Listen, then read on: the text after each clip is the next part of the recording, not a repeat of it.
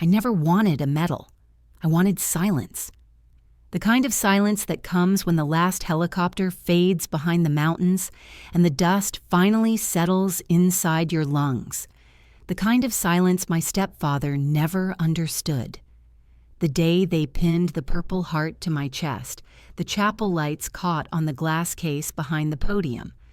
Rows of chairs pressed uniforms, the sound of boots against marble. I could feel the room breathing in rhythm, everyone holding that same practiced composure. In the back row, Charles Becker slouched in a wrinkled gray suit, his jaw tight, his eyes darting between the medal and the exits. He thought I wouldn't see him, but I always do. The colonel's voice echoed across the hall. For exceptional courage under fire, during the evacuation of Kabul International, Major Evelyn Pierce. The name barely landed before my mind drifted 2 years backward to the kitchen, where courage was a curse word.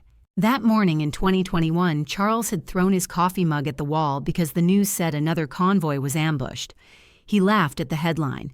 See, that's what happens when you let desk soldiers make decisions. I was standing at the counter, still in uniform, holding a folder marked Deployment Orders. You just push paper, right, real soldiers bleed, he sneered.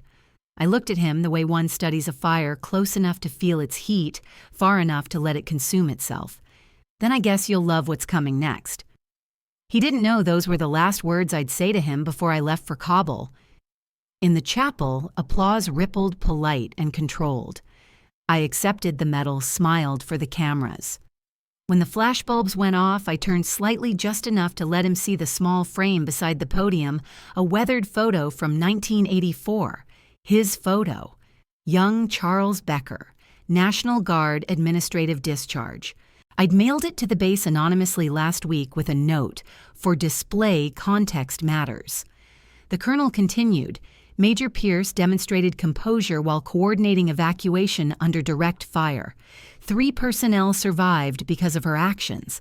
I kept my gaze fixed forward. I could feel Charles shifting in his chair, his breathing uneven, the sound of his shoes tapping. 2 years ago, he'd burned my original orders in the kitchen sink, claiming I was embarrassing the family. I'd printed another copy, taped it to his mirror, wrote in red marker, "You can burn paper, not orders." The same night, he'd hidden my passport. The next morning, I filed a military report and obtained a new one from the base liaison. I learned early that systems have sharper teeth than fists. The colonel handed me the framed citation. My fingers brushed the edge of the glass, cool and steady. Somewhere in the audience, cameras clicked. I caught a glimpse of my mother, Martha, wiping a tear, her hand trembling between pride and shame. Next to her, Charles stared at the floor as if it might open. A flashback surfaced the day my mother asked, "Do you really have to go?" And I'd answered, "It's easier than breakfast with him." She'd smiled through tears, not understanding the truth behind the joke. Back in the chapel, the colonel saluted. "Welcome home, Major." I returned the salute, the air thick with applause.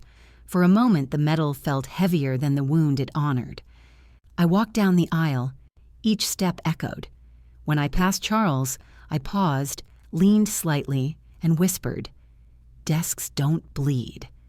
He flinched, a small sound escaping his throat, the same sound a man makes when a mirror refuses to lie. Outside, the air was sharp, the sunlight surgical. Photographers surrounded the entrance flashes, bursting like gunfire. Behind me, the doors opened, and I heard Martha's voice calling my name. Charles didn't follow. A young soldier approached with a recording device. "Ma'am, do you have any message for those watching?"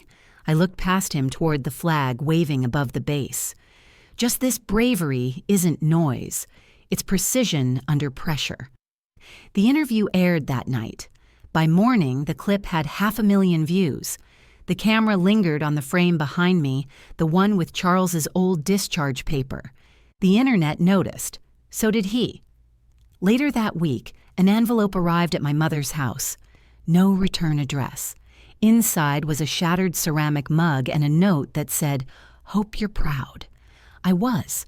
Not for the medal, not for the moment, but because for the first time he'd finally learned what silence sounds like when it answers back.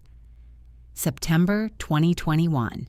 The cicadas outside Fayetteville never stopped even when the house went quiet. I lived with my mother Martha and my stepfather Charles Becker in a 2-story home that smelled of old wood and control. My doctor called it medical leave. Charles called it proof that I was never built for the uniform. Every morning began with the same ritual. Charles at the kitchen table, glasses low on his nose, opening the mail like a customs officer. He'd sort through each envelope, glancing at the names, pretending to help. He read my medical statement, once the part about psychological fatigue, then folded it neatly and said, "Guess the war got too loud for you." My mother stood behind him, frozen between correction and survival. He liked to remind her that everything under this roof, even the air conditioning, was paid by him. What he did not say was that the mortgage came from her savings. I had the documents to prove it, but silence was often safer than truth. He checked her online banking twice a week under the excuse of helping with budgets. When I walked in unexpectedly, he'd minimize the window like a guilty teenager. If she protested, he'd smile, call it teamwork. If she stayed quiet, he'd call it love. I learned that silence has different flavors. My mother's was fear. Mine was strategy. He never liked that I served in the Army. To him, my rank in logistics meant I wasn't a real soldier. He'd sit in his worn recliner watching the news, shaking his head at footage of convoys and airlifts. "They send paper pushers to do a man's job," he'd mutter, never once looking at me. He said he knew about service because he'd been in the National Guard once. What he didn't say was that his file ended with 2 words, conduct unbecoming. One evening, as I cleaned my weapon parts at the dining table, he leaned back in his chair and said, "Your kind of soldier never makes a difference. You just deliver boxes." I placed each piece down slowly, one by one, like punctuation.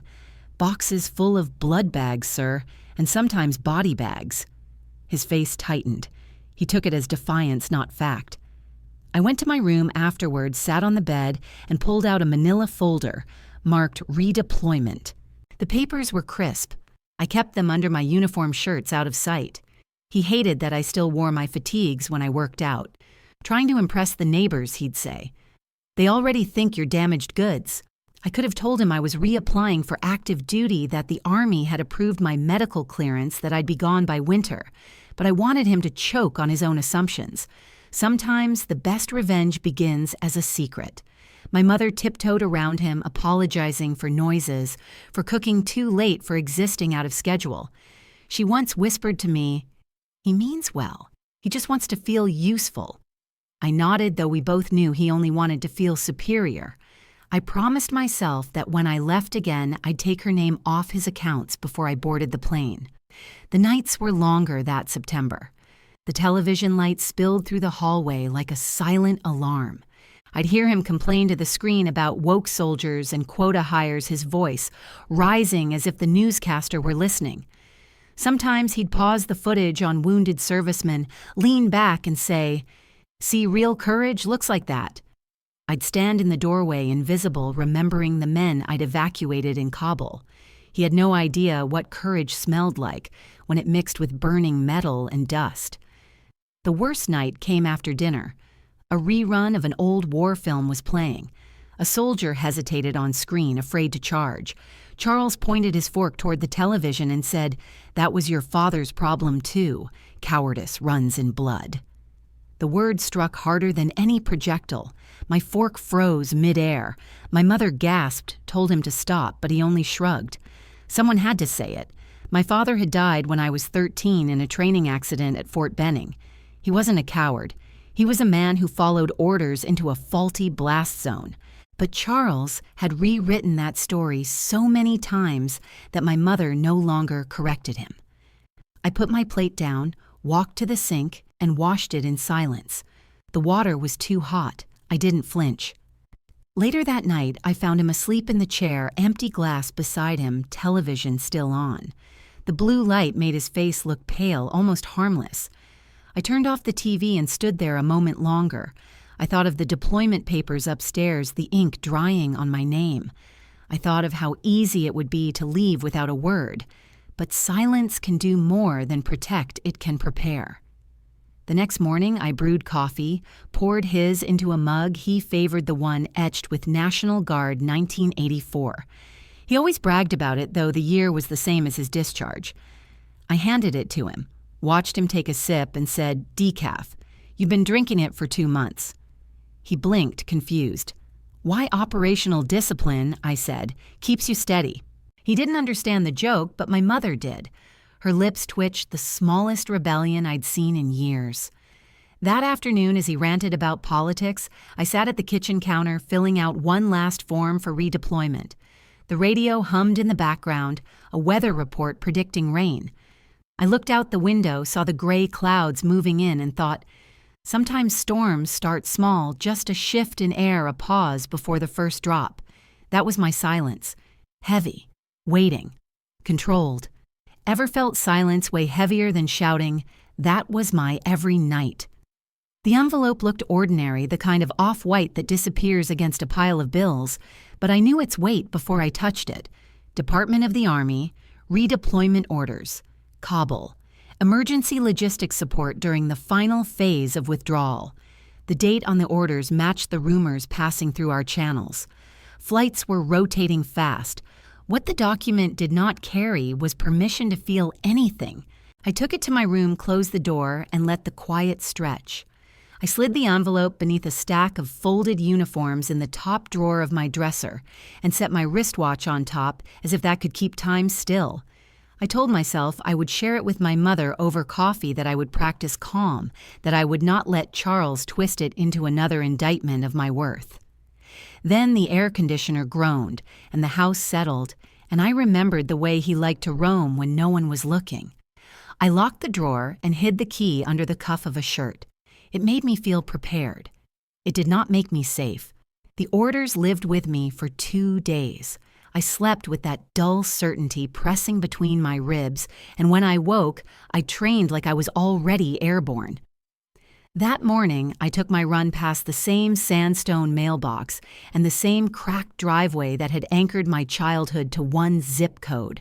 When I came back, sweat cooled to a fine salt. I crossed the threshold and felt the shift in pressure that says another person is in your room. My door stood open. The top drawer was jimmied. My shirts looked like a storm had moved through them and then lost interest. Charles stood in the doorway to the kitchen, holding the envelope by one corner, like something he had found sticking to the bottom of his shoe. He smiled without humor.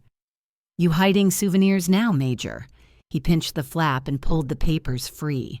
His jaw moved left and right as he scanned, reading just enough to understand and not enough to care. "Kabul," he repeated, as if trying the word for its taste. "You think you are some kind of hero?" He did not wait for my answer. He took the papers to the sink and reached for the lighter we kept for emergency candles. For a second, the orange tongue hovered like a question. Then the corner went black and wrinkled, and the flame raced along the edge the way a whisper becomes gossip. I stepped forward, and he lifted his other hand like a traffic cop. "You will embarrass this family again," he said, and blew, sending a cyclone of ash across the tile. Bits of my name floated down and smeared under his shoe. My mother stood behind him, hands clasped like someone watching a window shatter in slow motion. She said my name once and then twice, each time softer. I looked at the sink and at the specks of burned fiber clinging to the steel. I looked at the drawer key in his palm, the one he had lifted while I was out running. He wanted shouting.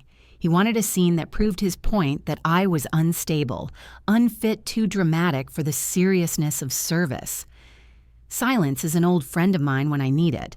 I picked up the lock and set it on the counter next to the lighter he had discarded. The kitchen smelled of singed paper and coffee grounds. The Army does not make you helpless.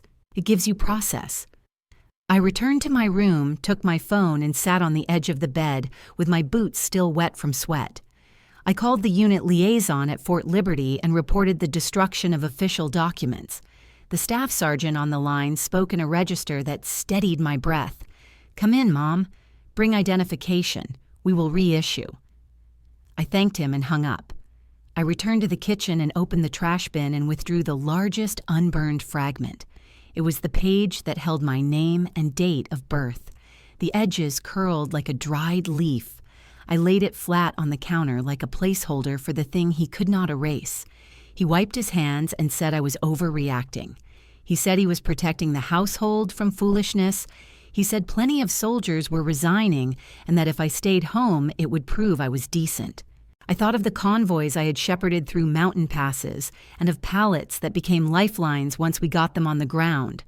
I thought of the names that never made it to the news crawl because some logistics officer sent the right crate to the right flight at the right time. You can burn paper, Charles. You cannot burn orders. I kept my tone even and my eyes steady. He blinked, then laughed once in that brittle way a glass laughs when it cracks. He told my mother to clean the floor and walked to the living room as if he had made a point so obvious the room should thank him. At Fort Liberty, the admin office smelled like toner and floor polish. A corporal verified my identity and pulled a file. The replacement set printed with the calm of a rainfall. Each line rebuilt the path he had tried to ruin. Departure window, duty station, command contact. There is a reason militaries outlast tempers. The corporal slid the forms into a new envelope and stamped the seal. Keep these on your person, Mom. If there is interference at home, notify your chain. I signed the receipt and tucked the packet into the inner pocket of my field jacket. On my way out, I stood under the tower, where the flag moved in a sky that looked scrubbed clean. You do not argue with wind. You use it. I drove back after dark. The house on Pine Meadow Lane looked the same as always, porch light flickering a patch of crabgrass. No one had tamed a dent in the mailbox, where a neighbor once misjudged a curve. Inside the television washed the lobby with a cold blue. My mother sat straight-backed as if posture could protect her. Charles snored in his chair, one shoe half on the other on the rug. I carried my jacket to my room and did not attempt stealth. I put the envelope in a different drawer, and this time I pushed a chair under the handle. It would not stop him. It would slow him down. There is a kind of victory in delay. Near midnight, I stood at the sink and ran water until it turned cold. I rinsed the last ash from the drain and dried the steel with a dish towel. My mother came to the doorway and whispered that I did not need to go if it meant leaving her alone. I took her hand and said that going was the only way either of us would ever come back. She nodded without understanding, and that was enough. When the street quieted and the air turned crisp, I shouldered a small bag and stepped outside. The porch boards creaked the same way they had when I was 8, and when I was 13, and when I was 20. I paused at the steps and let the night take a full breath. A street lamp threw a pool of honey-colored light across the yard and caught my wrist as I adjusted the strap. The metal bracelet I wore for identification flashed once, like a signal mirror. I closed my fingers over it and felt the cool promise in the steel. Then I walked toward the car, each step soft, each step, certain the sound of my own breathing steady and unafraid. Cobble smelled like rust and exhaust, like heat trapped in metal. October 2021. The sky was a flat white sheet, the kind of glare that made shadows vanish. Helicopters moved in slow circles above the airport, their blades slicing through dust that never settled. Trucks lined the tarmac like dominoes, waiting to fall. I led a logistics team of 8, all running on caffeine and instinct. Our orders were simple on paper and impossible in practice. Clear the supply depot, move, remaining medical crates to the convoy, and evacuate before sunset. Simple was a word that never belonged to war. The airfield pulsed with noise, radios hissing, someone shouting coordinates, someone else coughing from the dust. My headset crackled with overlapping voices. Fuel shortage on Route 3, civilians crowding the outer gate, a medic somewhere yelling for saline. The map on my tablet blinked red from every direction. The withdrawal had turned the city into a funnel of desperation. I told my squad, we move by sequence. We don't improvise today. Private Diaz grinned behind his goggles. Ma'am, you say that every day. He was 21 from Michigan, still wrote letters by hand. He carried hope like a pocket knife. We loaded the last crate of bandages into the transport truck when the explosion hit. It came from beyond the perimeter wall, a deep pressure that pushed air out of your lungs before your brain named it. I hit the ground dirt in my teeth, ears ringing. Somewhere to my left, someone shouted my name. The convoy doors swung open, soldiers crouched behind tires. The second blast was smaller, closer shrapnel cutting through the dust like bees. A fragment caught my shoulder, heat spreading fast. I pressed my hand to the wound, felt warmth seeping through the glove. "We're good," I said, even when we weren't. I crawled toward the overturned crate where Private Lee was pinned. His foot was twisted under a steel latch, eyes wide with shock. I grabbed the lever and pulled until the hinge snapped. "Move, soldier!" He stumbled forward, limping. Behind him, a civilian interpreter lay face down. I reached for his collar, dragged him until his body cleared the smoke. Someone helped lift him into the truck. My left arm burned, fingers trembling. "Major, you're bleeding," Diaz said. Later I answered. We finished the load. The chaos blurred into rhythm. Orders shouted, vehicles, roaring rotors above, kicking dirt into our faces. We formed a line, passing crates hand to hand. My shoulder screamed every time I raised my arm. I ignored it. There was no space for pain, only timing. The convoy began to roll engines, coughing black smoke into the air. I jogged alongside the first truck, shouting at the driver to keep formation. The civilians we'd helped stared at us with the hollow eyes of people who had run out of places to go. The blast had punched a crater into the east fence. Beyond it, the city stretched into a haze of beige and fire. I looked once long enough to remember that this was the same dust my father had trained under decades ago. The same dust Charles would later call coward's ground. Funny how small the world becomes when filtered through arrogance. A sergeant from another unit approached, camera in hand. "Ma'am, command wants visual confirmation of the evacuation." I nodded. He recorded the team lifting the wounded, the trucks pulling away, the flag fluttering from the last vehicle. I didn't know then that the footage would circle every Army base within a week. I just kept walking each step, leaving a darker print in the sand. When the last truck cleared the gate, I looked down at my hand, red through the glove. Only then did I sit. In the med tent, the world slowed. The doctor's voice was calm, his accent German. Shrapnel left deltoid shallow entry. He cleaned the wound while I watched the tent flap move with each gust. Pain felt distant, like a delayed transmission. Diaz appeared at the entrance holding my helmet. "They got the footage," he said. "You looked like you didn't even notice you were hit." I smiled at that. "That's logistics for you. We notice everything, we just don't announce it." Hours later, I was on a C-17 bound for Ramstein Air Base in Germany. The engines hummed a low note that matched the ache in my shoulder. I sat between two medics and a pallet of folded flags. The cabin smelled like antiseptic and oil. A nurse handed me a water bottle and said, "You're lucky." I thought about luck as the plane crossed into darkness. Maybe luck was just survival without applause. At the military hospital in Germany, the lights were too clean, the walls too white. The kind of white that erases context.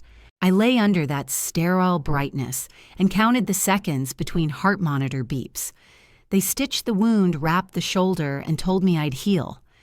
Outside my window, I could see the runway where new flights arrived from Kabul every few hours. Each time the doors opened, another story ended in silence. A nurse brought me a tablet with the Army news feed open. The headline read, "Logistics Major Coordinates Evacuation Under Fire."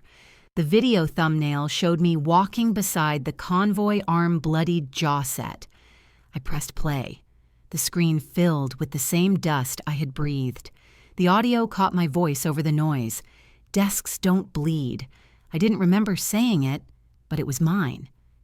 The clip ended with the American flag lifting in the rotor wash. Somewhere across the ocean in that small house in Fayetteville, Charles would be watching the same broadcast. I pictured him holding his coffee, the same cup that once burned through my patience. I imagined the silence that followed. Maybe he'd call it fake. Maybe he'd laugh. Maybe he'd change the channel. But the one thing he couldn't do anymore was erase what the world had already seen. The doctor entered again to check my vitals. "You'll be fine, Major. A few weeks and you can move that arm again." I nodded. Movement was never my problem. When he left, I stared at the ceiling tile above my bed, tracing the lines where two panels met. The word coward floated somewhere behind my eyelids, familiar and faint. I whispered it once, not in anger, but in understanding. Some words lose power when spoken in the right light. Outside, another transport lifted off toward the Atlantic, its sound fading into the horizon. I turned my head toward the window, shoulder heavy under the bandage, and whispered to the empty room, "Desks don't bleed, but we do." Then I closed my eyes and let the noise of engines replace the noise of memory. The hospital room in Ramstein had windows that refused to open. The air was filtered precise, too clean to be real. I filled my days with physical therapy and paperwork learning to stretch my left arm until the scar tissue softened. At night, I wrote letters. The first was to my mother. I started it 3 times before finding the right beginning. "Dear Mom, I am safe."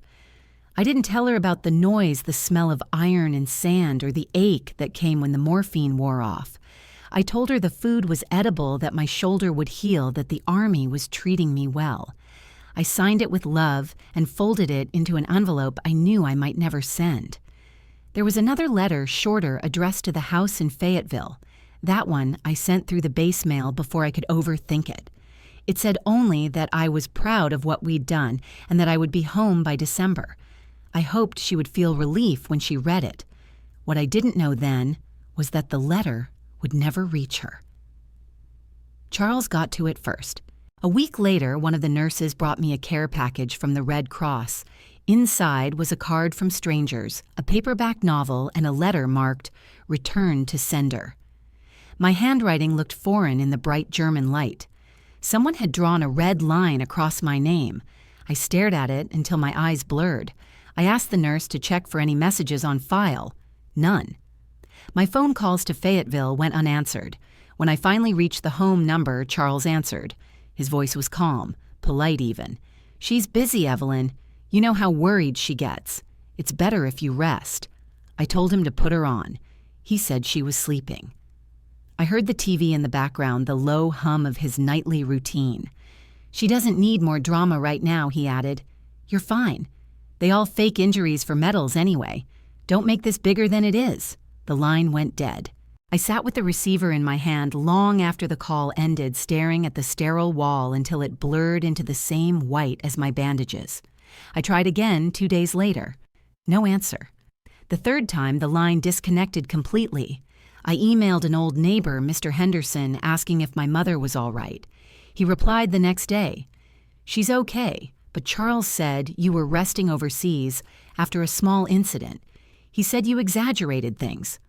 The word exaggerated echoed like shrapnel. I imagined Charles sitting at the kitchen table telling his version of events to anyone who would listen, shaping my reality into his narrative. The same man who had burned my deployment orders was now burning my credibility. December came early in Germany. Frost on the windows, gray afternoons that stretched into evenings without warning. My release orders arrived with a date stamped 12th December 2021. Return to U.S. for rehabilitation. My shoulder was functional, though the pain lingered like a rumor you can't disprove. I boarded the transport flight to Andrews and stared at the Atlantic beneath us, wondering how far a lie could travel before it met resistance.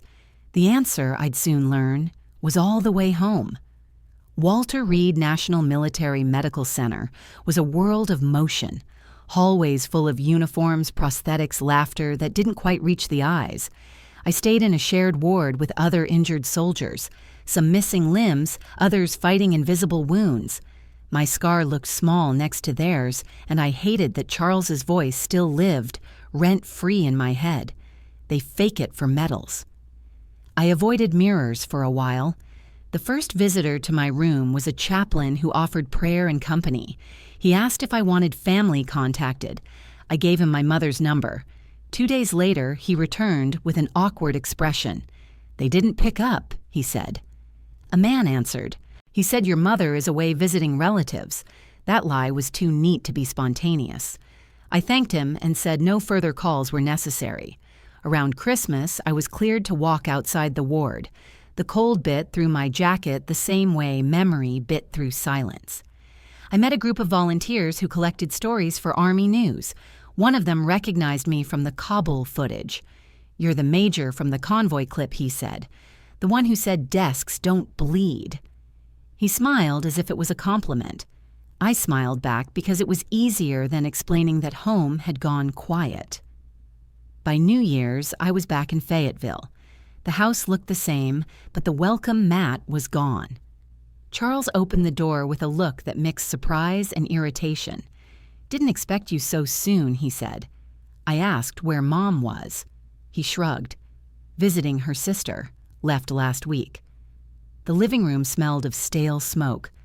On the coffee table lay a stack of local newspapers. My name was in one of them under a headline that made my stomach turn, "Local Soldier Faked Injury for Sympathy." The article quoted an anonymous source saying I'd exaggerated my wound for recognition. The phrasing was too precise to be coincidence. "You see how rumors spread," Charles said, almost pleased. "People talk. Best to keep a low profile." I took the paper, folded it carefully, and put it in my bag. "When does she come back?" I asked.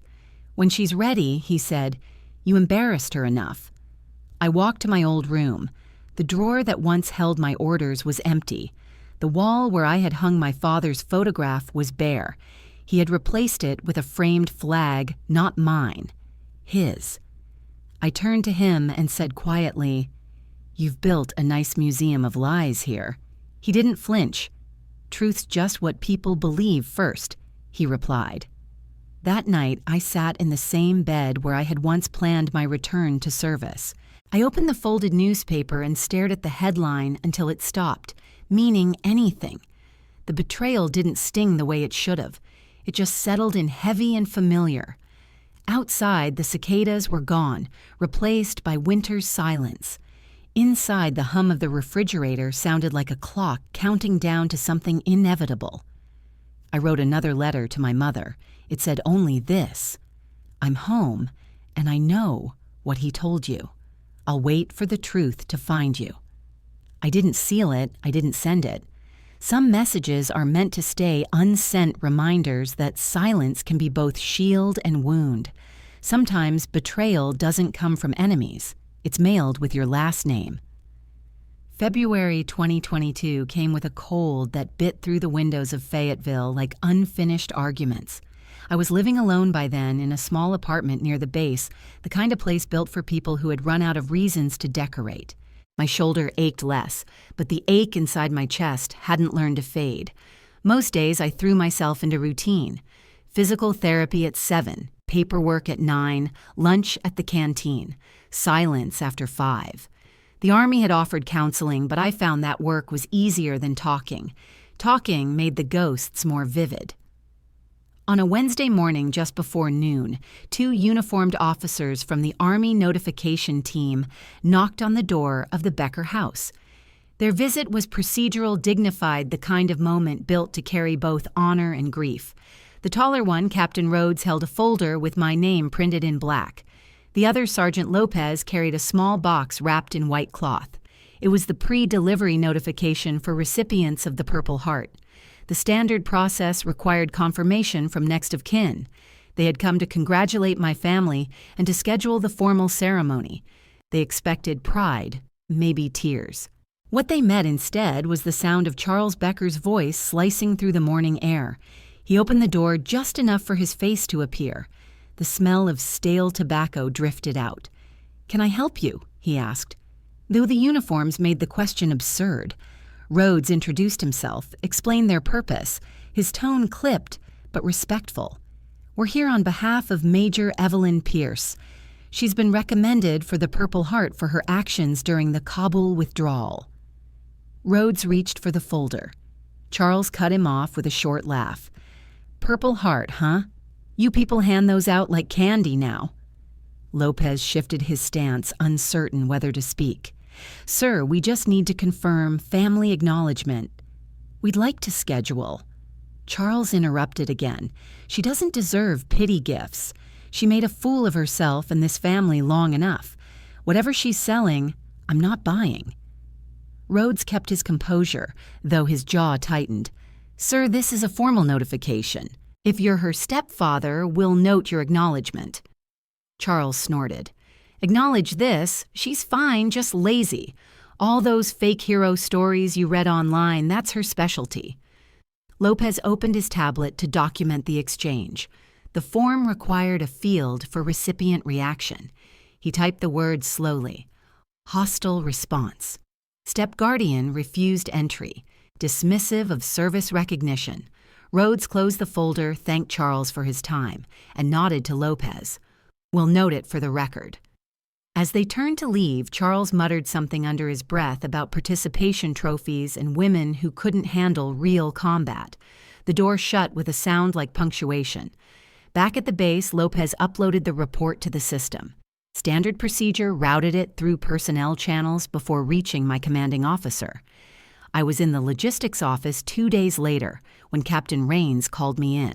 His voice carried that careful, calm people use when they know they're about to hurt you without meaning to. He said, Pierce, you might want to sit for this. He turned his monitor toward me. The screen displayed the report, my name, the address, and the summary note Step-Guardian reacted with hostility, refused acknowledgement.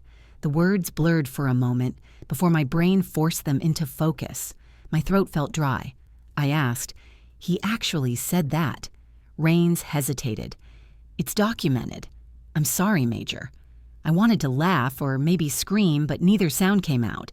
Instead, I said, It's fine. He's consistent. Rains studied me. Do you want to file a family contact block, he asked. We can redirect all future notifications directly to you. I nodded. Yes. Make sure he never receives another word about me. When I walked out of his office, the corridor seemed longer than before, every step echoing against tile. The Army taught me to absorb pain and translate it into movement. That day I learned to translate it into clarity. He would never change. There was no redemption arc coming, no moment of sudden understanding. What he burned was permanent. That night, I sat at my desk staring at the certificate draft that would accompany the medal. It carried the words, for wounds sustained in action against hostile forces. I traced the letters with my finger and thought about another kind of hostility, one that came wearing slippers and carrying coffee. I closed the file and opened a new one on my laptop. Its title was short and precise, Financial and Behavioral Records, Charles Becker. I started typing dates. December 2020, withdrawal of funds from joint account. February 2021, restricted access to mail. May 2021, verbal intimidation reported by neighbor. I wasn't sure yet what I would do with it, but for the first time since Kabul, my work had a purpose. Over the next weeks, I gathered everything. Bank statements that proved he had moved my mother's savings into his name. Emails she had forwarded asking for advice on mortgages. Transaction logs showing payments to casino websites. It was a pattern as obvious as a map isolation control dependency. Each document was another piece of proof. Each note, another reminder that silence had protected him too long. I contacted an old friend from JAG Lieutenant Grant who specialized in domestic finance abuse cases. She advised me to build quietly.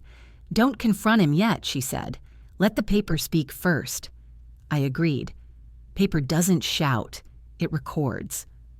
On weekends, I drove past the old house but never stopped. From the street, I could see the porch light flickering, the same one that used to mark home. Sometimes I thought I saw my mother's shadow through the curtains, thin and still.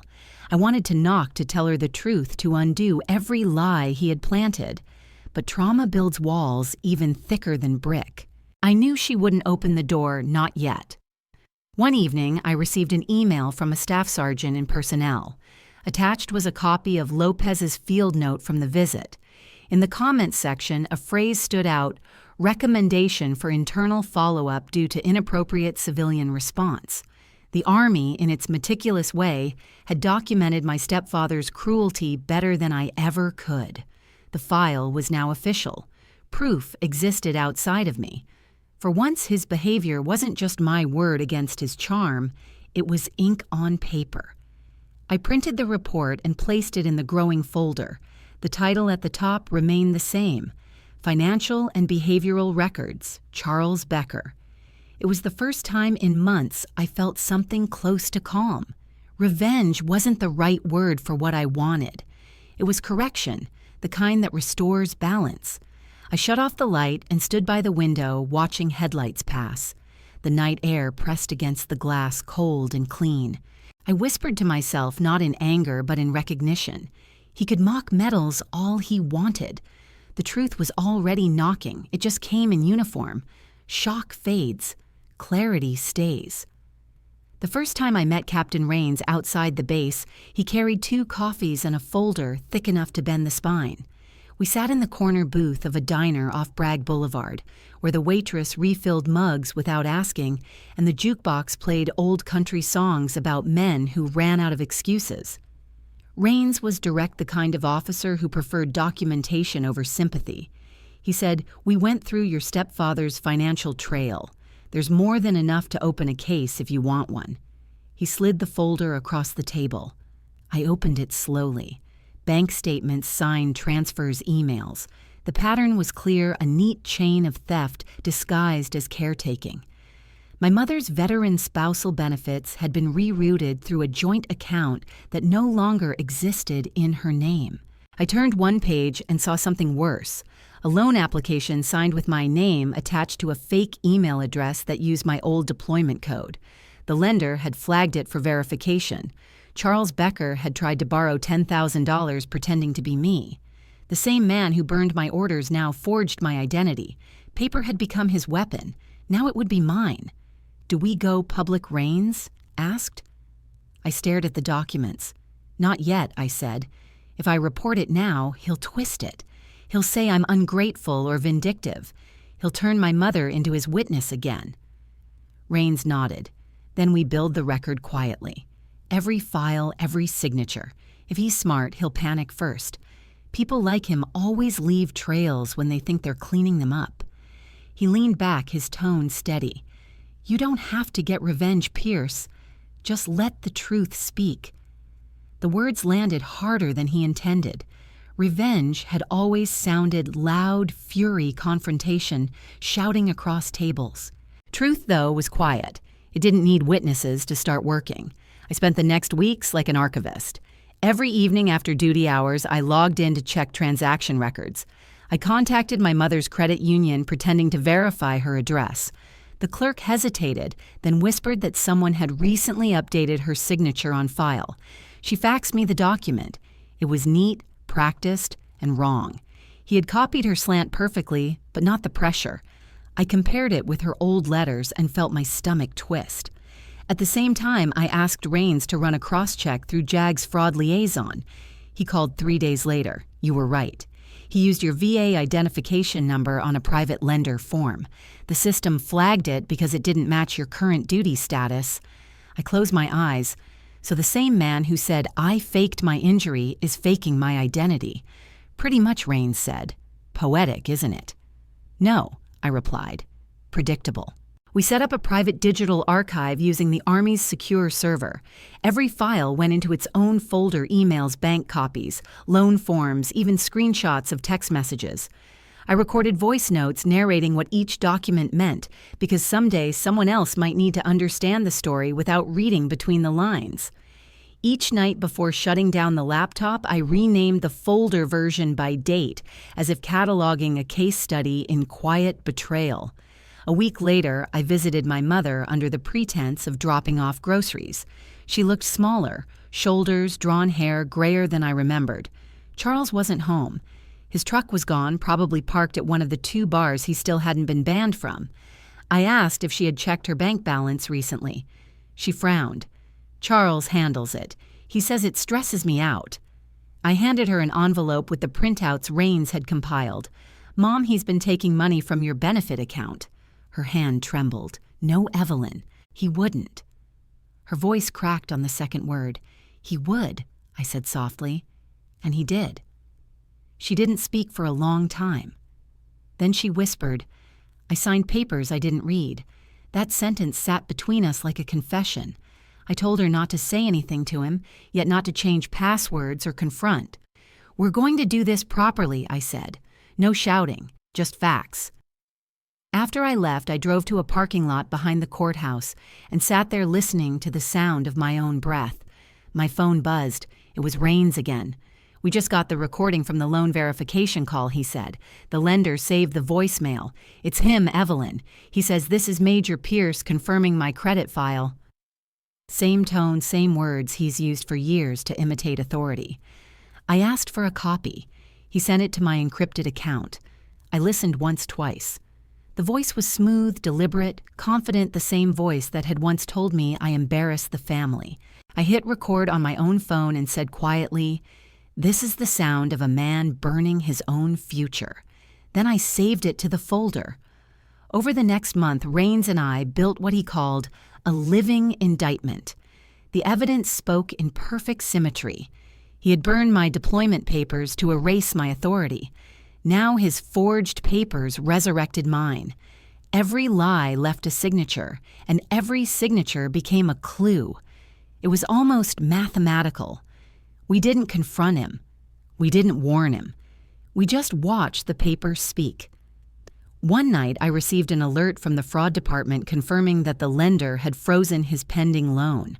The note read, "Applicant flagged for impersonation of active duty personnel. Investigation pending." It was bureaucratic poetry, the kind Charles would never understand. I poured coffee into a mug and raised it slightly toward the window, an invisible toast. For once, bureaucracy was on my side. When I met Raines again at the diner, he handed me a flash drive. "This contains everything. It's enough for IRS fraud and state-level financial abuse. You want me to file it?" I looked out the window at the pale light of early morning. "Not yet," I said. "He'll know it's coming. I want him to hear it first." Raines raised an eyebrow. "Quiet exposure." I nodded. "Exactly." That night, I set up my phone on the desk and hit record. I read aloud from the report, every number, every forged date, every stolen dollar. My voice stayed calm, almost detached. When I finished, I titled the file. Paper Trail saved it and sent a copy to my mother's email with one line of text for when you're ready to believe again. Then I sat back the light from the laptop, reflecting on the scar near my shoulder. The irony wasn't lost on me. He had taught me that control came from silence. He was right, just not in the way he expected. The quiet was mine now. May turned the pines around Pine Meadow Lane, a richer green, but the Becker house felt colorless the night my mother turned 59. She had asked for something simple, roast chicken, and a store-bought cake, and she had invited the neighbors who still waved, and a few of Charles's old drinking friends who called themselves veterans without ever naming a unit. The kitchen was too warm from the oven, and the dining room smelled of candles that tried and failed to hide cigarette smoke. I arrived early with flowers and a casserole. I did not intend anyone to eat, and my mother hugged me like she was trying to borrow my spine for the evening. Charles wore a navy blazer that strained at the buttons and a smile that did not reach his eyes.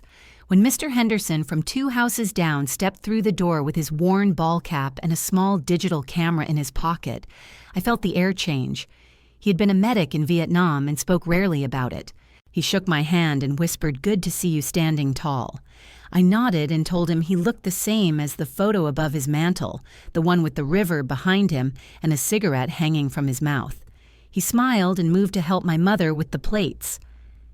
The guests settled around the table, 8 of us in all their voices bouncing off the dull, framed landscapes on the walls. Charles poured wine with the grace of a host who imagines himself generous. He made a toast to my mother, all flattery and possessive nouns, and then he made one to himself for keeping the house steady in troubled times. No one laughed, but he forged ahead. Conversation started safe. Weather gas prices the high school baseball team. Then the topic drifted as he meant it to toward service. One of his friends said he would have re-upped if his knee had been better. Another said he had once trained at a base out west but could not remember which. Charles leaned back and looked at me in that slow, measuring way. He tapped his glass with a fork and said, "Our major is back." Maybe she can explain why people get hurt doing desk work. A weak joke delivered with intent. My mother said his name softly, a warning that sounded like a question. He shrugged. It is a fair point, he added while cutting into the chicken as if it had wronged him. I kept my voice level. Logistics is close to the line when everything is moving, I said. We step where the fire goes. One of the neighbors nodded, then glanced at Charles to see if that was allowed. He took a larger sip of wine and said, I remember when soldiers stood their ground instead of running for cameras. Ran from the fight. That is what people said around here. The sentence hit the table like a dropped tray. My mother set down her fork. Mr. Henderson looked at his hands. The room surrendered to the hum of the refrigerator and a distant dog barking at nothing. Charles smiled as if he had won something. I placed my napkin beside my plate and stood. I told my mother I had a small gift for her. Then I walked to the living room and switched on the television. It was an old flat screen with a stubborn HDMI port. I slipped a small drive into the media player I had brought in my bag, and the Army News splash screen flashed into view. Voices rose behind me, confused and curious. I returned to the dining room doorway and said, I want to show you something, Mom. It will take 2 minutes. She nodded, hand to her throat. Charles rolled his eyes but did not object. I pressed play. The video opened on dust and motion. A convoy on the cobble tarmac crates, moving hand to hand, rotors beating the sky to pieces. Then the camera found me, left arm bandaged, jaw set, walking beside a truck as we loaded the last of the medical supplies. The audio was raw and exact. Orders clipped, engines coughing, someone yelling for a medic. The angle shifted to the breach in the fence and the beige blur beyond. Then the line that had followed me home from another continent. Desks do not bleed. The words landed in the dining room with a weight even Charles could not lift. No one spoke. In the footage, I helped lift a young soldier whose ankle had folded under him, and the camera caught my hand braced against the metal and the flash of red through my glove. The clip cut to a still of the nomination form, not yet official but signed by the officer in charge. Recommended for award of the Purple Heart. The letters were simple and black, and they filled the screen like a door opening. My mother made a sound I had not heard from her since my father's funeral, half gasp, half prayer. She rose without meaning to hands over her mouth, and then she sat and covered her face as if the light itself had become too much. Mr. Henderson stood slowly, his chair scraping the floor, and took off his cap. He looked at the screen the way men look at graves, with respect and a small surrender. One of the veteran friends stared down at his plate as if it had become a mirror. The other tried to swallow and failed. Charles pushed his chair back, the legs scraping an ugly line into the hardwood. He did not look at the screen. He looked at me. He opened his mouth and closed it again. Then he laughed a quiet, thin sound that tested how much denial could hold. He said anyone can cut a video to make themselves look brave. I said nothing. I let the second clip roll, the one from the hospital in Germany, where a nurse adjusted my sling, while a caption identified me by rank and unit. The camera returned to the convoy, to the interpreter we had carried, breathing again, eyes open. The room stayed silent except for the faint clink of ice in a forgotten glass. Charles stood. He muttered that he needed air and moved toward the front door. Before he reached it, Mr. Henderson stepped into the hallway with the casual slowness of a man who has moved in tighter spaces under worse conditions. He lifted his phone and pressed record. He did not say a word. He simply documented the moment a man walked out when truth walked in. Charles hesitated, hand on the knob, then continued outside. The door clicked shut with a precision that felt rehearsed. I turned off the television and returned to the table. My mother wiped her eyes and touched my wrist fingers, trembling. I said, Mom, everything you just saw is on public record. If you want, I will print it for you in the morning. She nodded. One of the neighbors said he was sorry for listening to talk he should have ignored. Mr. Henderson slipped his phone into his pocket and cleared his throat. He said, Mom, if you need a witness, you have one. We ate in a quiet that felt earned. Even the candles seemed to burn more steadily. The cake looked absurd when my mother lit it, but she blew out the candles anyway and laughed through tears at the smoke. When she reached for a knife, her hand steadied. She served me the first slice and said thank you for bringing proof. I said I should not have needed it, but I am glad it is here. After coffee, I stepped onto the porch. The night smelled like wet leaves and something cleaner, as if the air had been scrubbed. Charles stood by his truck, staring at the sky like it might offer a kinder story. He saw me and straightened. He said, "You think this changes anything?" I said, "It changes everything." I walked closer until I could see my reflection in his eyes. That is what cowardice looks like, running when truth arrives. He swallowed and looked away. He climbed into the truck but did not start it. He sat there with both hands on the wheel the way a man holds a confession he cannot make. When I went back inside, my mother had moved to the living room. She sat in her chair with the nomination freeze frame still paused on the screen, the words clear above my name. She reached for my hand and squeezed it with a strength that surprised me. Mr. Henderson handed me a small flash drive. He said, "The hallway video is yours if you want it." I nodded and slipped it into my pocket. The guests left one by one, murmuring goodnight and touching my shoulder like the gesture might carry some apology. I helped my mother stack dishes in the sink, and we washed them in companionable silence. Water ran clear, then turned cloudy and clear again. She said I believed him because it was easier than believing how much it hurt you. I said, "I know." We finished the plates and wiped the counter dry. The house had not changed, but it felt less like a stage and more like a room. Later, when I stepped outside, the porch light threw a small circle across the yard. I stood in it and listened to the quiet chatter of insects, and I thought about how exposure is not a shout, but a light left on long enough that people have to see what stands in it. In the driveway, Charles finally started the truck.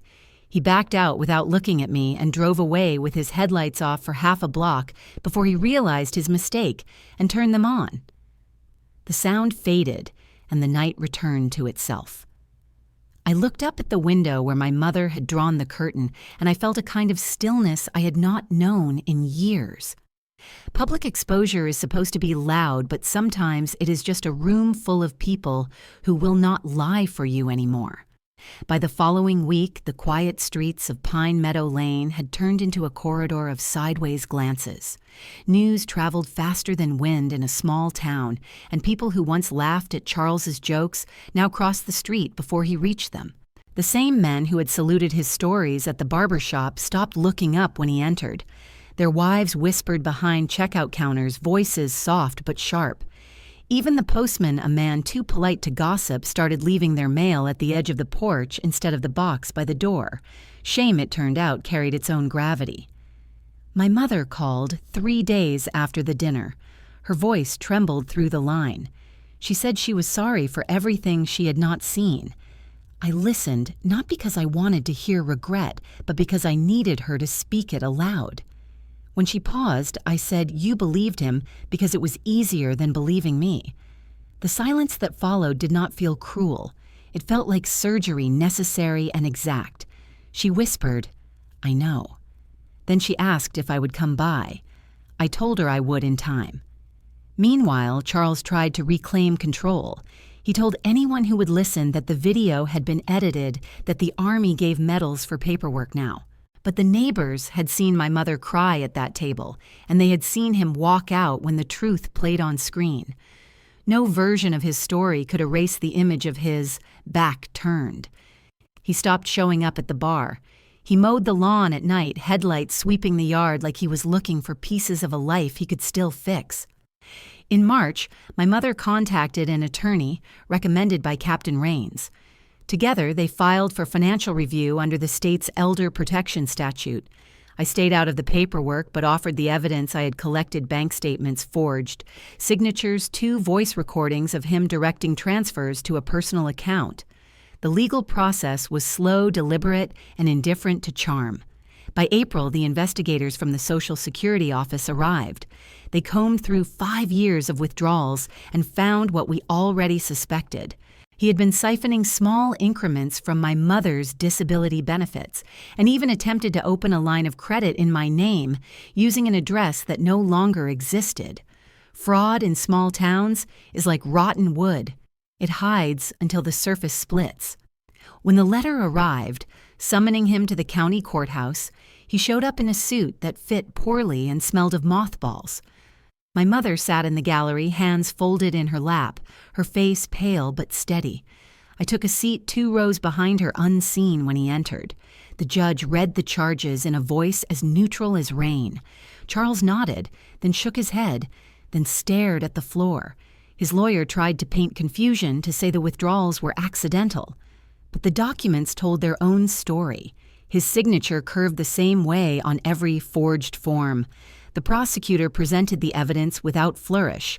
Exhibit A through H each marked and entered. At one point, she read the account number aloud, and I saw his shoulders twitch.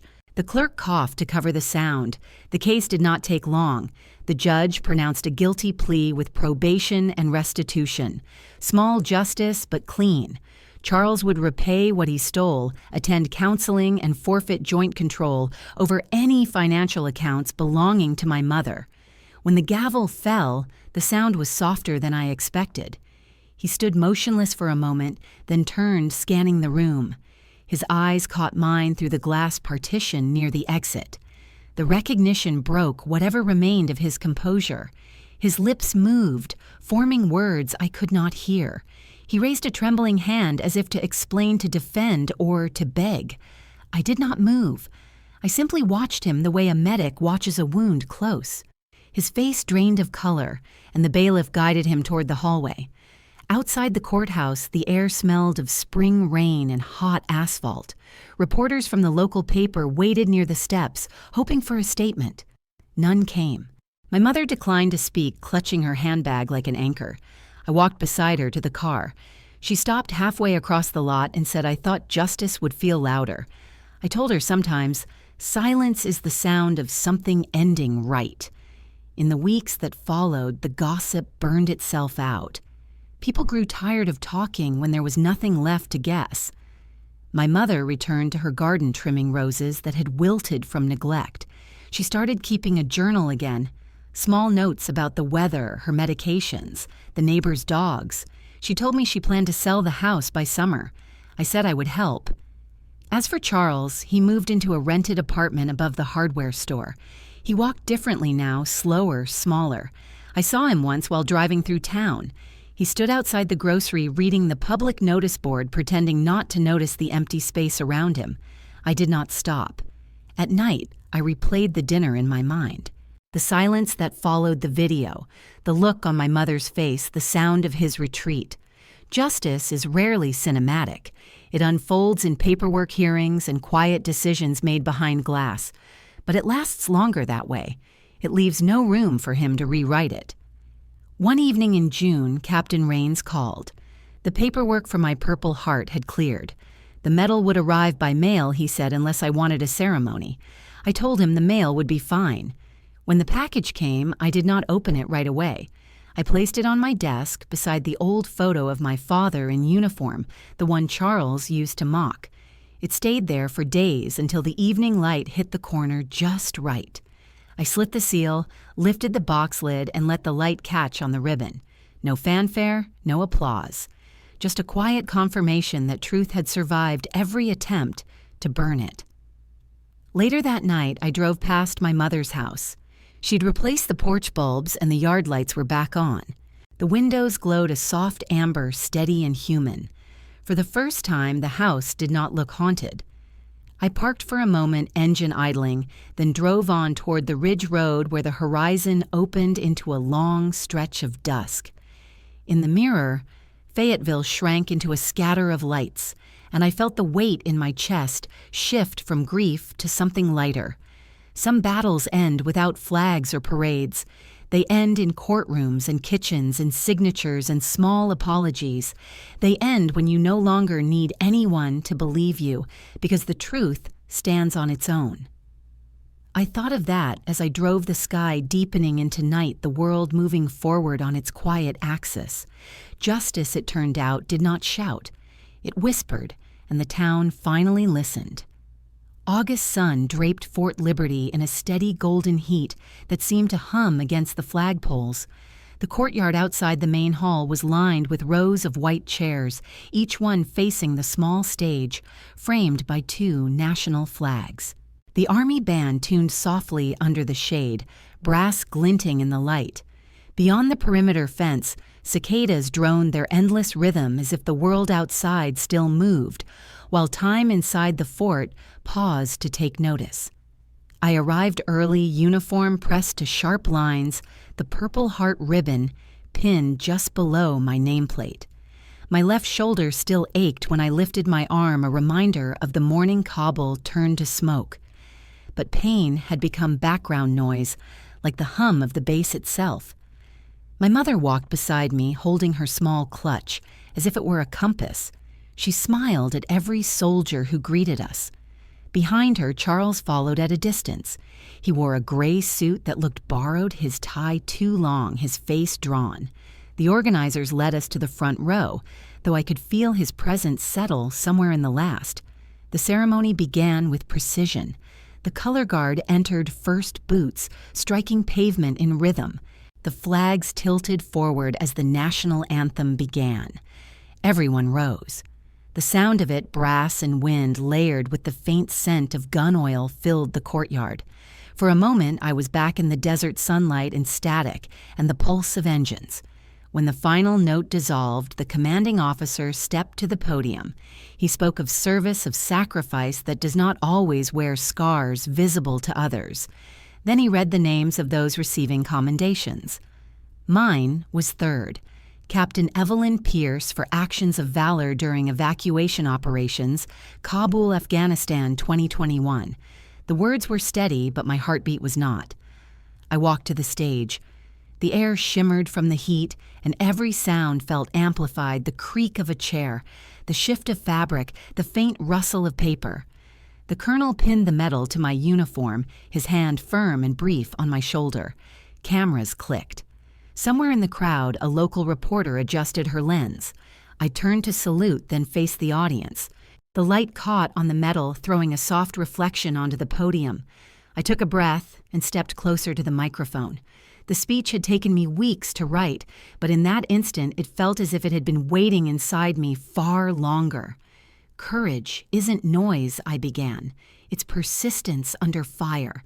It's staying upright when silence feels safer. It's doing what's right even when no one is watching, especially then. The words hung in the air, neither dramatic nor rehearsed, just clean and exact. I looked at the faces in the crowd. My mother's eyes glistened, pride tempered by something deeper. 2 rows back, Charles sat, rigid hands clasped too tightly on his knees. The color had drained from his cheeks. For the first time, he had nowhere to hide his disbelief. The camera from the local station panned across the audience. When its red light paused on him, he lowered his head as if acknowledging an invisible verdict. The colonel returned to the microphone, thanking each recipient, reminding everyone that honor was not a decoration, but a duty carried forward.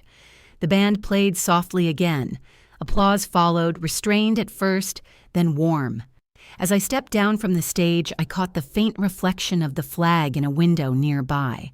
The breeze moved it gently, and for a moment the shadow and light looked like breathing. My mother met me halfway, her hands trembling as she touched the medal. She whispered, "Your father would have stood taller than any of them." I smiled and said he already did. After the ceremony, soldiers and guests mingled in the shaded area near the hall. Someone handed me a small bottle of water. A young private approached and asked for a photo for the base newsletter. He stood beside me, awkwardly saluted, and thanked me for what he called calm courage. I told him that calm was just what happens when panic has already burned itself out. He laughed, not sure if I was joking. My mother spoke with the commanding officer, and I saw her posture straighten as they talked.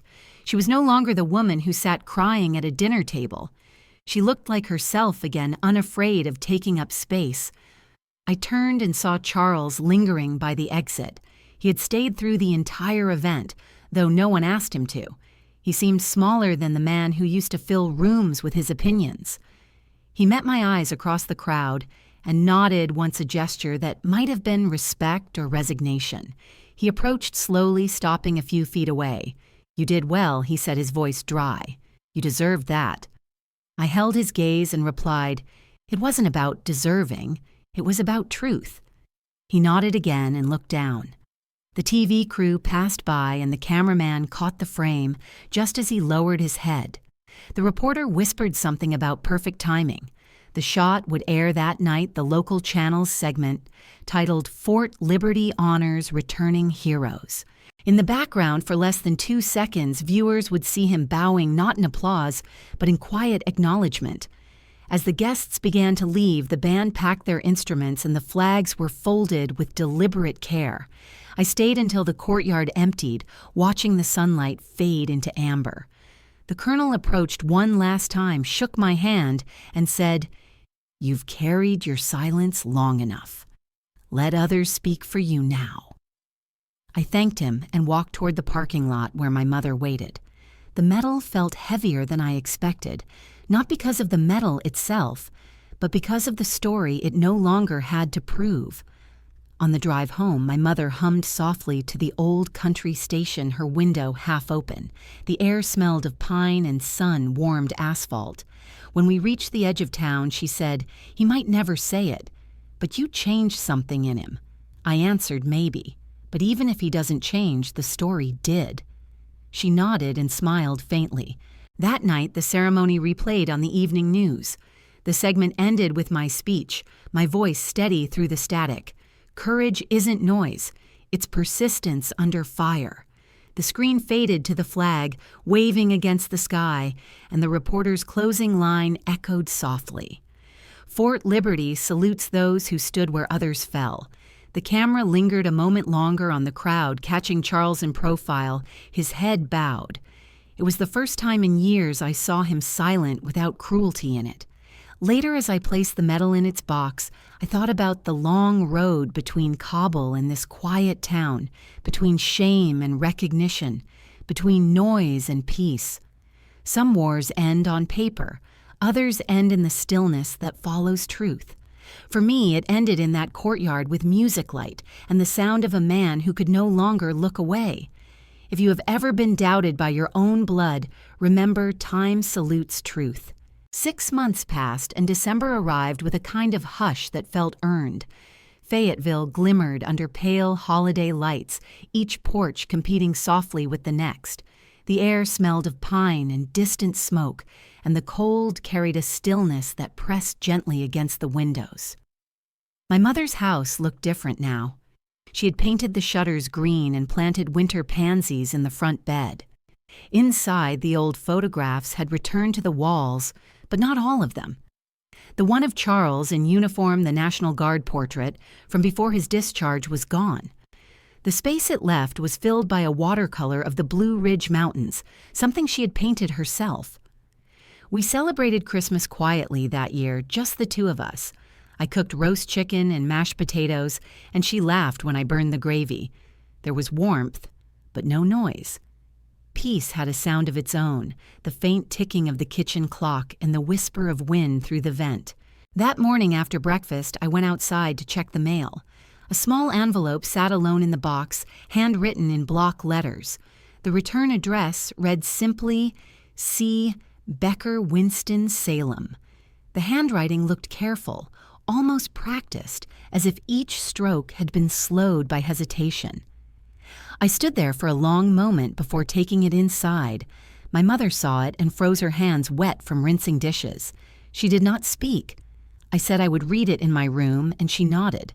The paper inside was line torn from a notebook, the edges uneven. The ink had bled slightly, the handwriting firm but tremoring. "Evie," it began. He had not called me that since I was 10. I was wrong. The sentence sat alone as if it deserved space to breathe. The letter went on for 3 pages, telling of what had unraveled since the hearing. He wrote that the hardware store had let him go after word spread about the conviction. He said he could not walk into the diner without hearing the whispers. Friends he had known for 20 years stopped returning his calls. "They said I made my own bed," he wrote. They were right.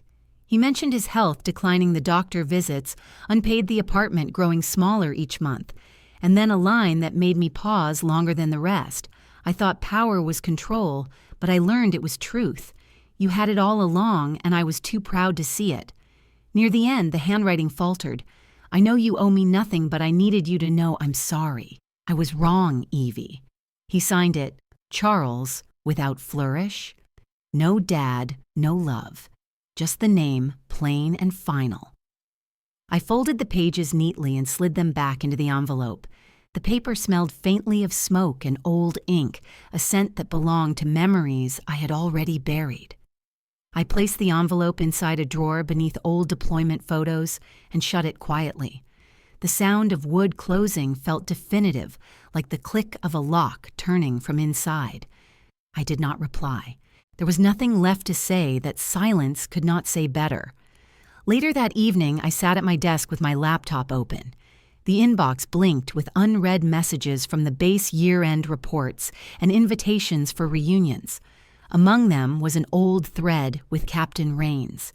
I opened a new email and typed 2 words, closure achieved.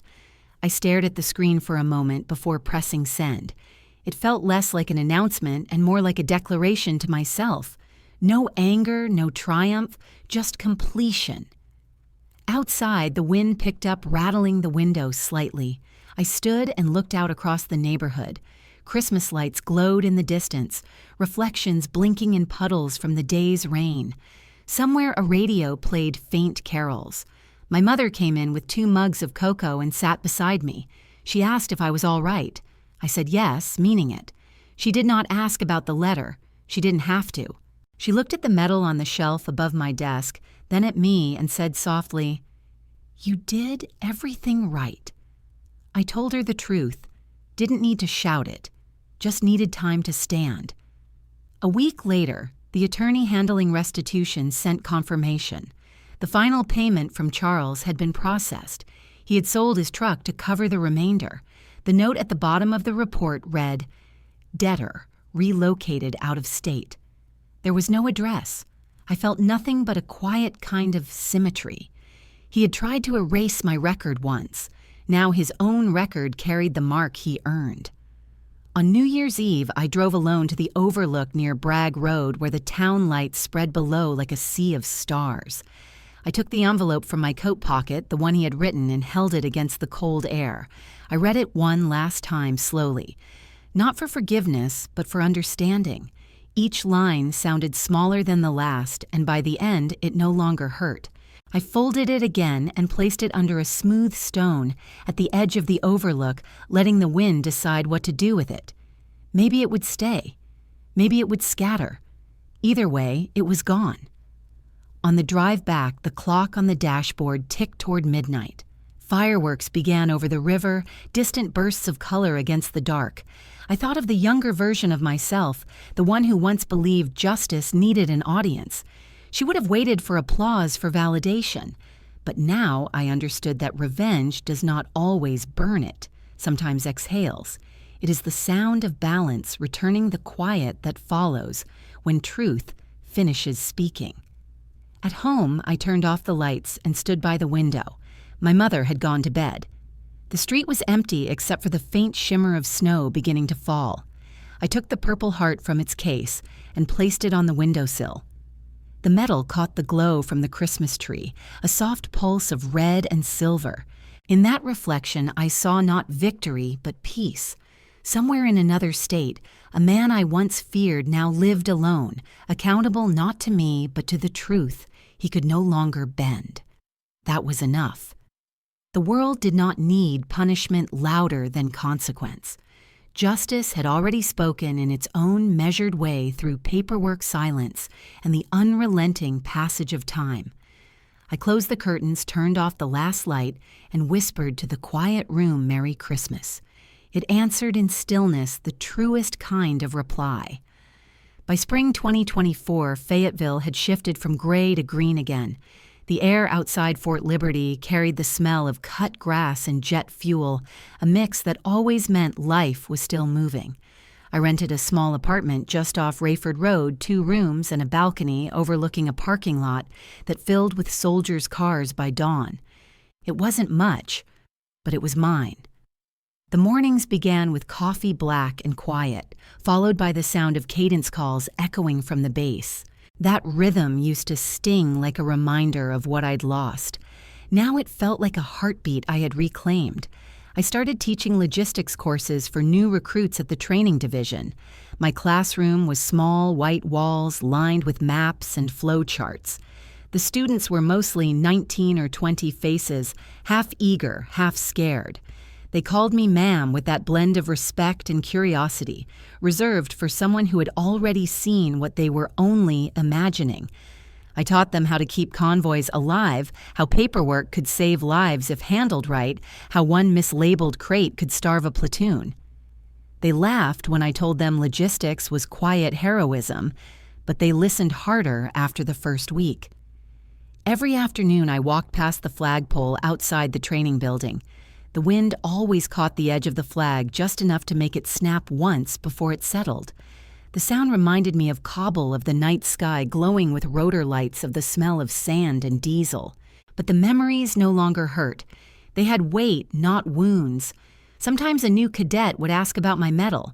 I never mentioned the name of the man who once mocked it. I told them courage was not an award, it was a practice. My mother moved to Florida that summer, to a quiet coastal town near Sarasota. She sent postcards with seashell stamps and handwritten notes about the weather and the pelicans that gathered on her balcony. She signed them Martha Becker, finally sunburned. Her handwriting had grown steadier, her tone lighter. She said she joined a watercolor class and volunteered at a retirement center teaching crafts. The divorce papers had long been finalized. The name Charles no longer appeared in her sentences.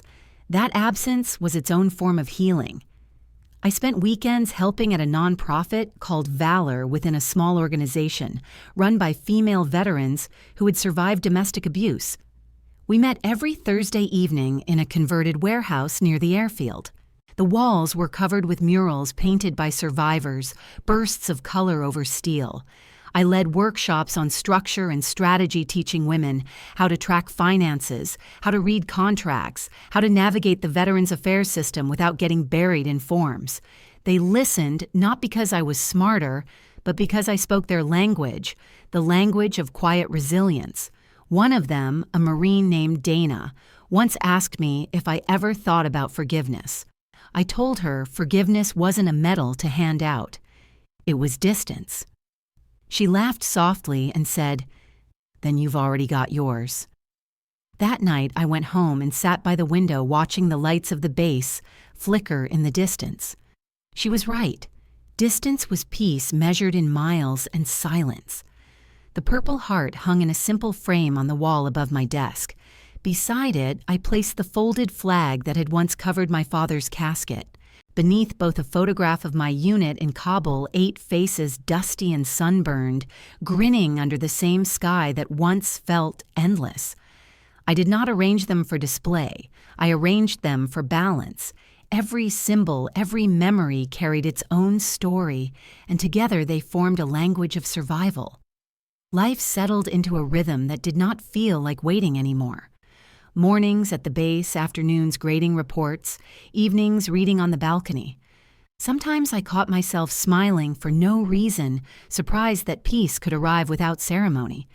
The world outside remained loud, sirens, drills, laughter from passing cadets, but inside my apartment, the air felt still.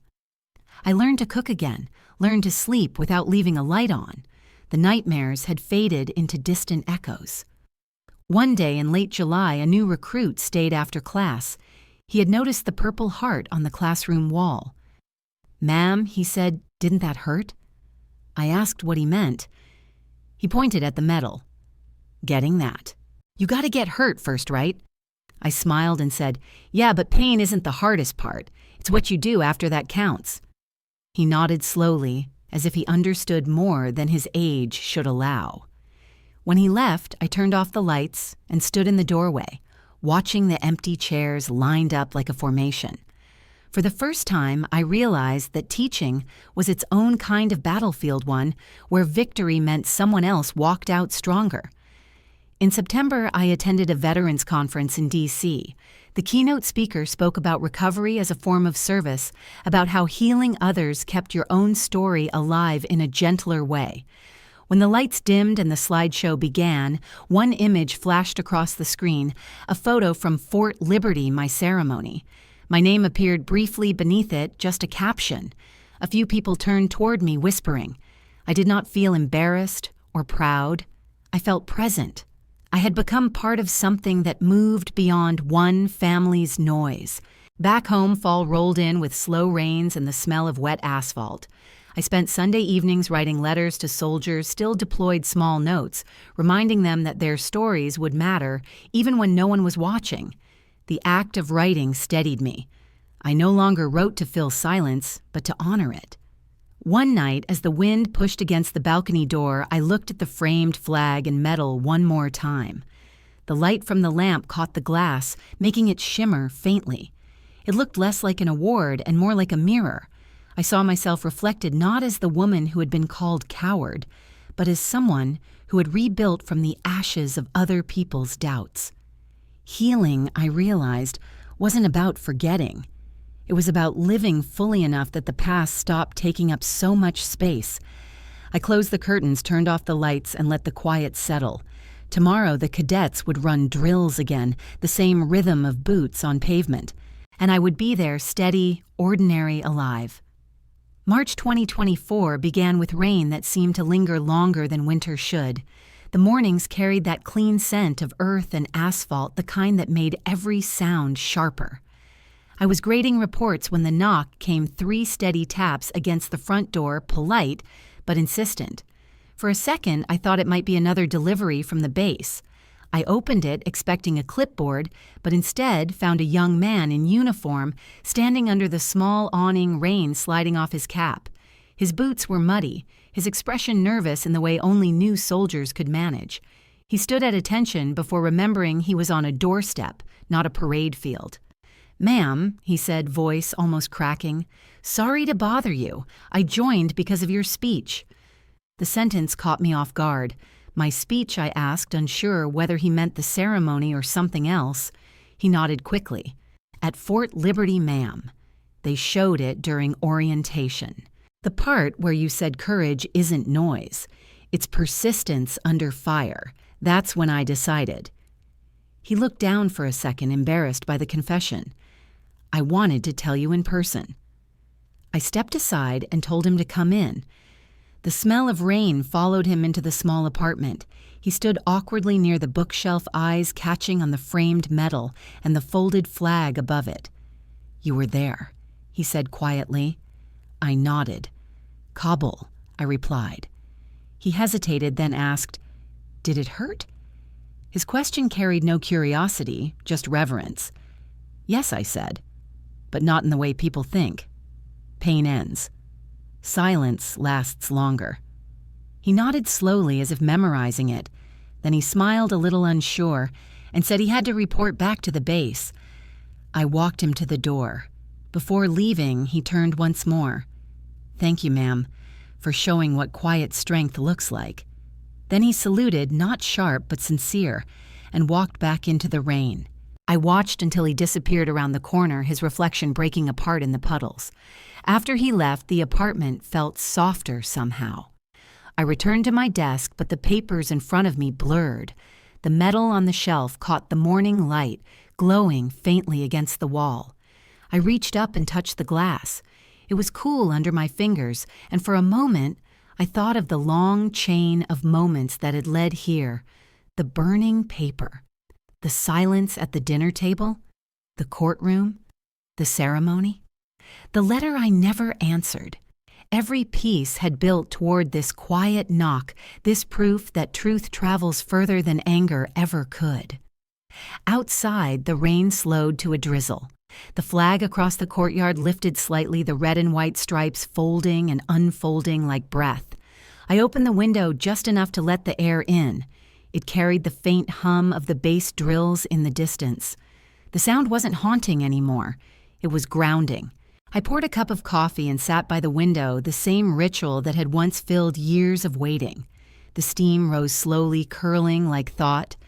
I picked up my journal, the one I'd started after returning from Kabul. The first entry was a single line, "I will not let silence win."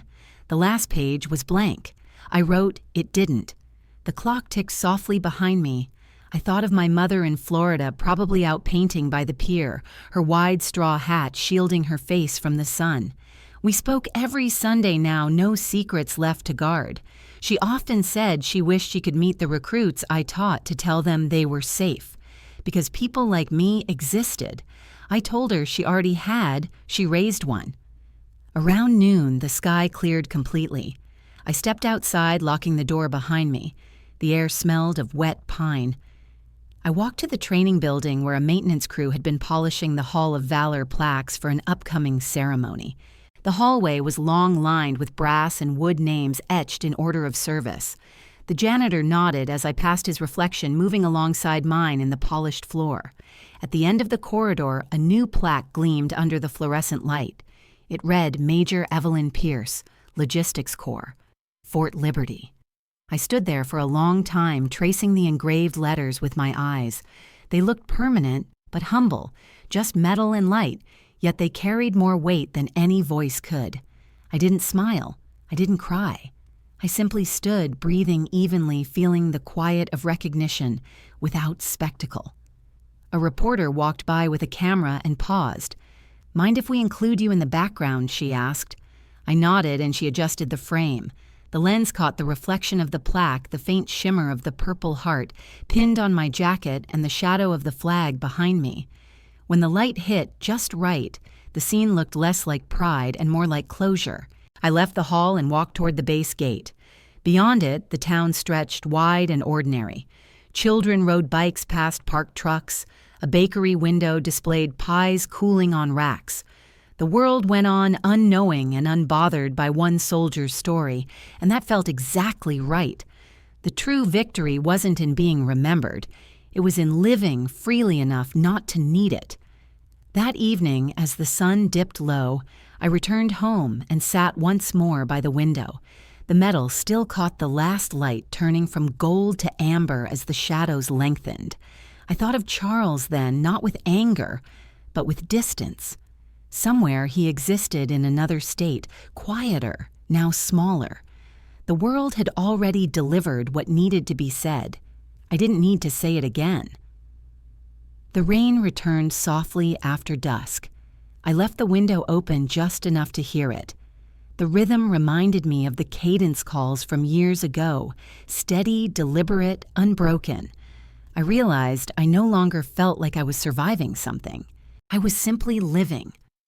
The war had ended not with a sound, but with a silence that stayed.